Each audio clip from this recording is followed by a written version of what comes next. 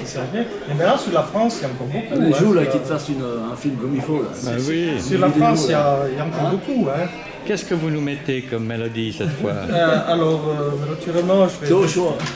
Il faut que je le mette à l'endroit. Hein. Je vais mettre l'hymne valaisan.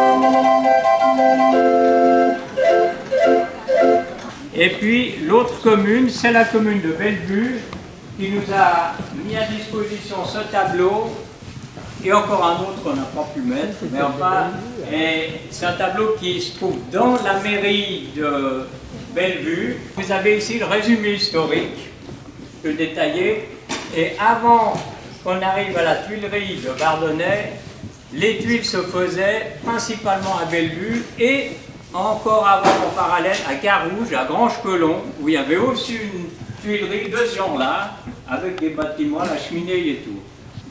La famille Antonietti, qui avait repris la tuilerie de Bellevue, s'est mis à rechercher de la terre le plus près possible, mais enfin ils en ont trouvé dans le vallon, derrière Bardonnay, en 1933. Et petit à petit, dès 1934, ils ont commencé à prendre la terre ici à Bardonnay et de l'amener jusqu'à Bellevue, parce qu'il y avait l'usine, avec des chars et des chevaux.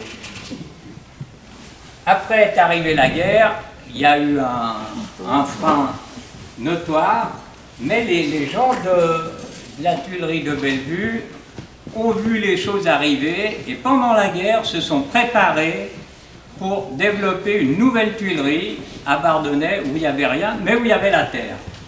Et en 1946, le projet est fait.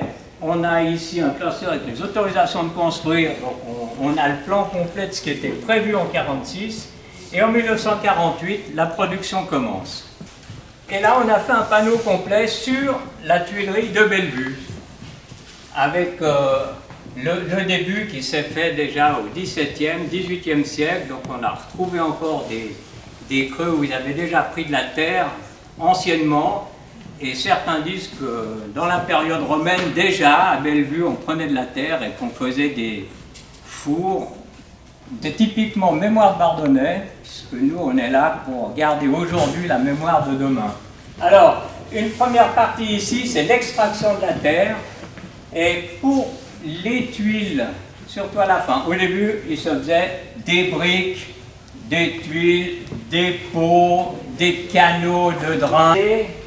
Et aussi, ça servait à rejeter les quelques pierres qu'il y avait quand même dans ce terrain naturel. Une fois que la terre était préparée comme ça, elle était stockée dans 3 grandes fosses, puis reprise, et à ce moment-là, reprise En tout cas, un mois après ou plus elle pouvait reposer, mieux ça valait. Reprise, et puis encore un peu plus compliqué, mais je vous le fais quand même rapidement. On voit ici, c'est la fosse où on est en dehors du panneau là, on prend la terre, elle arrive. Un petit mot sur les fours anciens, au fond pendant toute l'Antiquité, jusqu'en 1858, on faisait des tas de briques, en ayant préparé le feu dessous, avec des espaces pour que l'air puisse passer, et on devait recouvrir tout ça d'un manteau de terre, plus ou moins de terre cuite qui était là aussi, mettre le feu, arriver à faire monter le tout à 1000-1100 degrés, comme aujourd'hui, et après il fallait tout redémonter, et puis prendre les briques, les mettre en tas. On a là un certain nombre de panneaux qui montrent où les tuiles de Bardonnay ont été utilisées, que ce soit le château de Chillon, la cathédrale ou l'OMS de Drise. Enfin, ces derniers temps, la tuile de Bardonnay, elle avait vraiment la cote, et c'est fini depuis décembre 2020. Alors là, je profite, j'en ai plus pour long, mais je profite de vous montrer le panneau où on a mis les tuiles. Donc elles sont là.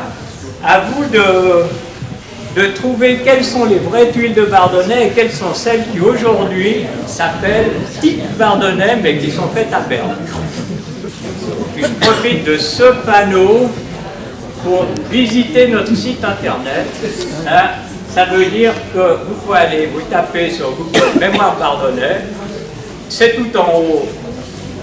Vous avez plusieurs petites cases, mais une s'appelle la collection.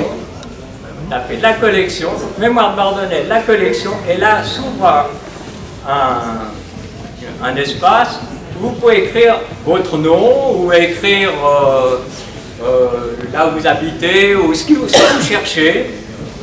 Et on a là-dedans plus de 4500 fiches, mais dans ces fiches, il y a souvent les photos, mais il y a tout d'un coup 20 photos du même sujet. Donc on a plus de 12 000 photos.